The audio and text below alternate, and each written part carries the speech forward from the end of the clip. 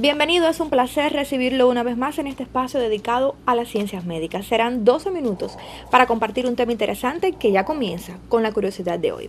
Con cada respiración inhalamos medio litro de aire. Lo hacemos aproximadamente 14 veces en un minuto e incorporamos con ello 15 metros cúbicos de aire en un día. Impresionante, ¿verdad? Espero haberlo motivado a acompañarnos hasta el final.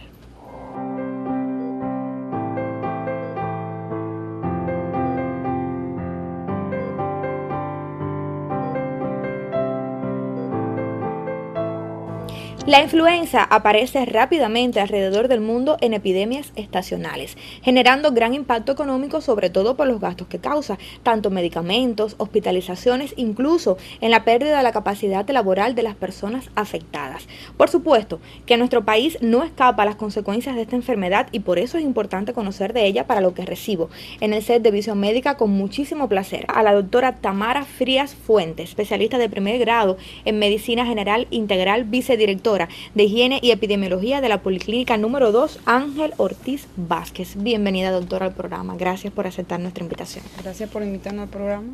Para la mayoría de las personas, la influenza es una enfermedad del tracto respiratorio superior, pero sería bueno conocer un criterio especializado. ¿Qué es, doctora, la influenza y quién la produce?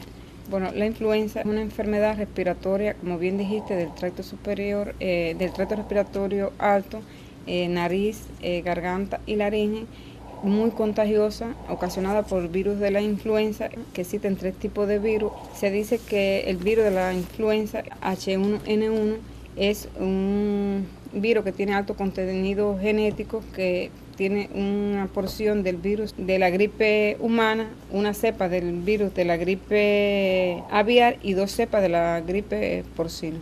Ahora bien, doctora, estos virus, ¿cómo actúan? ¿Hasta dónde penetran? Se adquiere a través de las vías respiratorias, se adhiere al epitelio de la garganta y la laringe y penetra a nuestro organismo hasta los bronquios.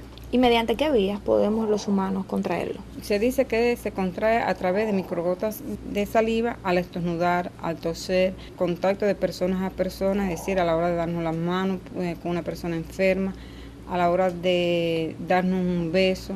Por eso es que los países que han declarado una situación de emergencia respecto a esta enfermedad, es decir, las personas tienen todas las medidas de seguridad, incluso algunos andan en la calle con nasobucos para protegerse, porque bueno, el propio contacto de persona a persona es peligroso.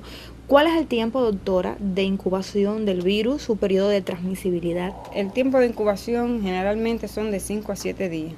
Y el tiempo de transmisibilidad, se dice que una persona puede transmitir la enfermedad desde el día antes de comenzar con la sintomatología, y mientras tenga síntomas puede provocar la transmisión de la enfermedad. Incluso muchos autores refieren que después de 24 horas de terminada la fiebre, el paciente no debe salir a la calle para evitar transmitir el virus a otras personas susceptibles.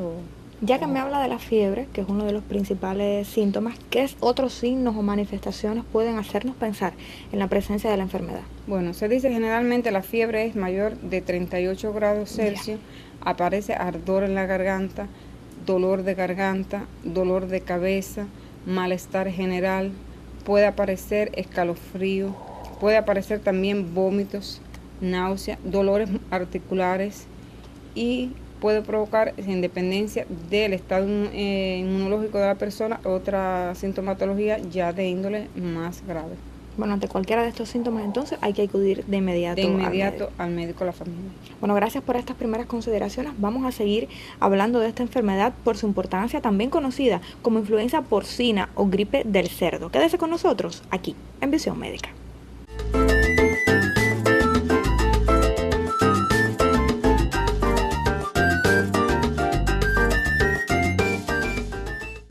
Con la doctora Tamara Frías Fuentes prosigo mi conversación sobre la influenza H1N1, que por supuesto, al decir de los especialistas, no es una gripe común, es un virus que puede causar una peligrosa enfermedad pulmonar. Es necesario conocer, doctora, si existen grupos de pacientes propensos o más vulnerables a contraer la enfermedad.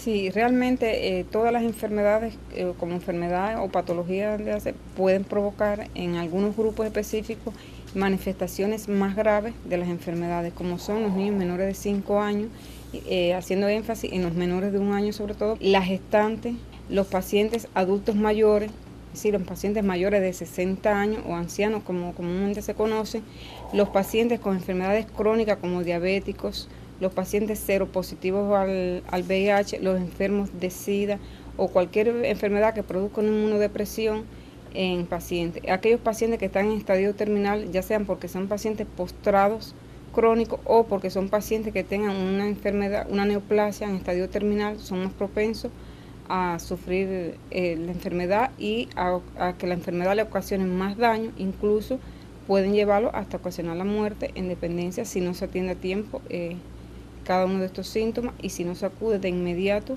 al médico más cercano que tengamos. ¿Sí? A cuidarse mucho más estas personas. Sería interesante conocer cómo se lleva a cabo el diagnóstico. Bueno, el diagnóstico se lleva a cabo por la clínica que ya dijimos anteriormente, por la epidemiología, es decir, siempre que aparezca un caso sospechoso, se busca un genio epidemiológico, que quiere decir que se busca alrededor del paciente, si el paciente viajó donde hay algún caso de influenza, si el paciente ha estado en contacto con algún paciente que tenga la enfermedad, si el paciente ha venido del exterior, que sobre todo en estos momentos hay países que están en epidemia, por eso es tan importante hacer el control de toda la persona que entre al país. Y esa es de la parte de vista epidemiología. Y se hace el diagnóstico ya confirmativo por el laboratorio clínico a través de un examen del virus que va a ser un exudado nasofaríngeo y se lleva al laboratorio y al IPK, que es el que confirma el diagnóstico de la influenza, es decir, el tipo de virus que está circulando en ese momento. Bueno, a partir de aquí, cuando ya hay un resultado positivo en este sentido, ¿cuáles son las medidas a tomar? Bueno, se hace un control de foco alrededor del caso, es decir, se buscan todos los contactos que este caso ha tenido y si es necesario se le aplica la quimioprofilaxis para evitar la propagación del virus. Sí, porque si hay un tratamiento oportuno, los resultados van a ser casi siempre favorables, ¿verdad? Casi siempre van a ser favorables y de una vez que demos el diagnóstico y que clasifiquemos al paciente en si es o no influenza, porque no quiere decir que todos los pacientes que tienen gripe, sabemos que en estos meses hay un alza de enfermedades respiratorias agudas, pero no todos los casos tienen influenza y no todos los casos se tratan de la misma manera. Sí insistimos sobre todo en estos grupos vulnerables de que acudan de inmediato y que se haga la clasificación bien hecha para si hay necesidad de que el paciente sea trasladado o no al hospital, porque realmente estos pacientes lo que tratamos es de aislarlos y evitamos que se propague y que se convierta en una epidemia. Claro que sí, bueno, valiosísimas estas informaciones. Todavía no acabamos porque este es un programa en el que se habla de salud, de medicina y de ciencia. Centro Nacional de Información de Ciencias Médicas, Infomed. Al día Noticias de Salud. Boletín. El acontecer científico en materia de salud y medicina está marcado por las siguientes noticias. Sumario. El VIH continúa replicando pese a la medicación. Test genético permitirá conocer el progreso de la artrosis de rodilla. Relacionan el estrés con un aumento de lípidos en la sangre. Mosquitos con genes alterados no pueden detectar a las personas mediante el olfato. Anuncian inicio de experimentos para producir sangre artificial. Crean vacuna terapéutica contra el cáncer de pulmón. Terapia génica protegió a ratones contra virus de la gripe. Boletín. Infomed. Al día Noticias de Salud. Una terapia génica protegió a ratones contra diferentes virus responsables de las pandemias de influenza, incluyendo la cepa de la gripe española, que causó unos 50 millones de muertes en 1918, indicó un prometedor estudio. Una simple dosis del virus adenoasociado que activa un anticuerpo que neutraliza las cepas de la influenza pandémica en las fosas nasales de los ratones y hurones ayudó a proteger a estos animales de la infección de la gripe, señalaron los autores de este trabajo publicado en la revista norteamericana Science Translational Medicine. El estudio publicado mostró que una simple dosis de este virus otorgó una protección completa a los animales de laboratorio expuestos, luego a los virus H5N1 y H1N1, altamente patógenos y responsables de gripes mortales.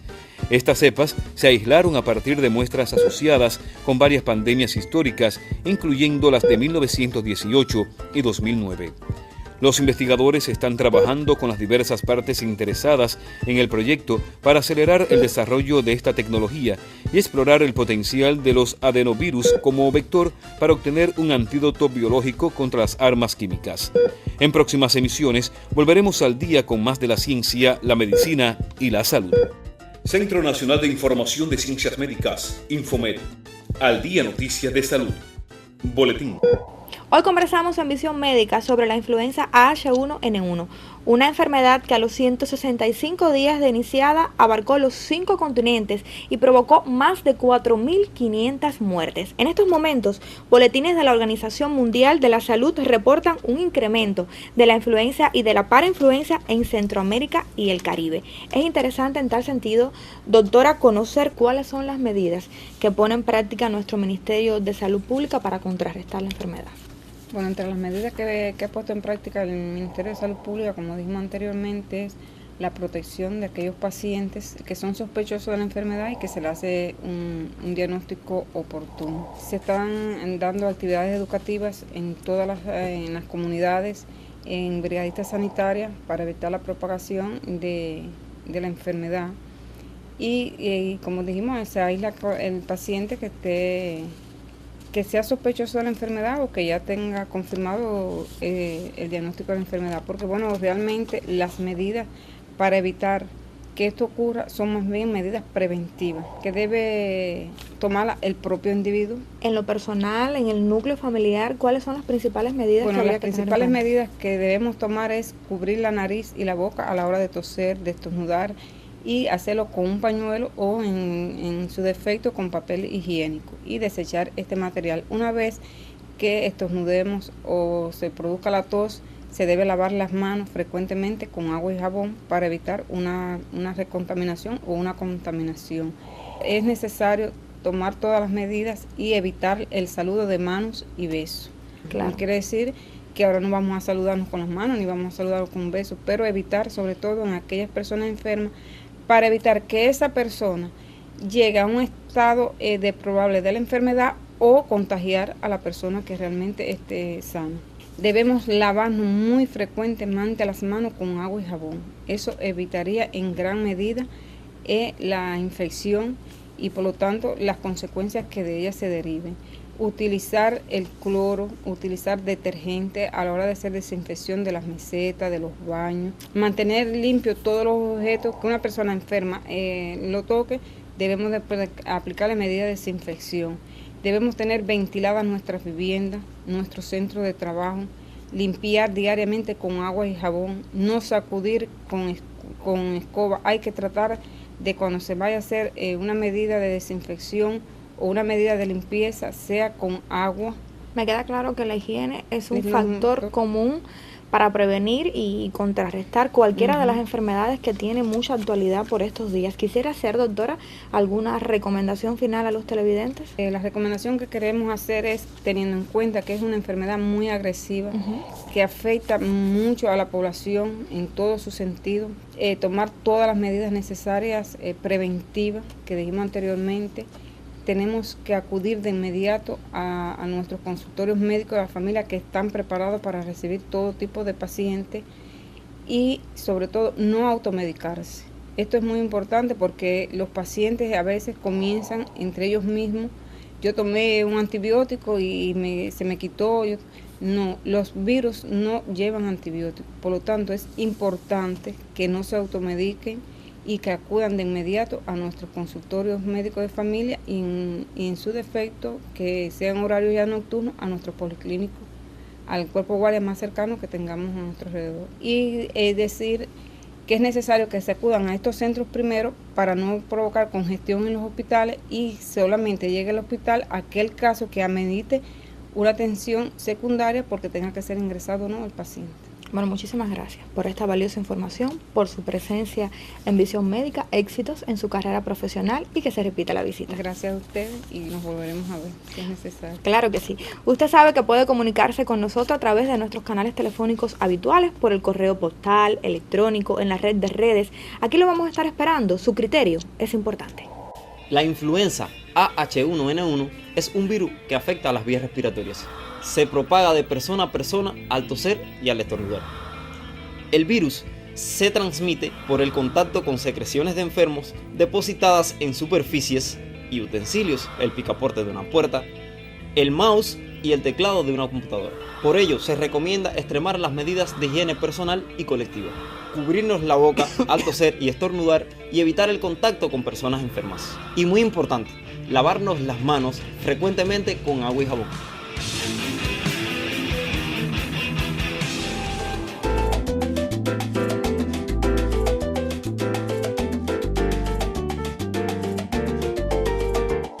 Y hasta aquí nuestra entrega de hoy. Vuelva dentro de 7 días que yo lo estaré esperando para dar una nueva visión médica Manzanillo para usted que quiere saber más de medicina. Nos vemos.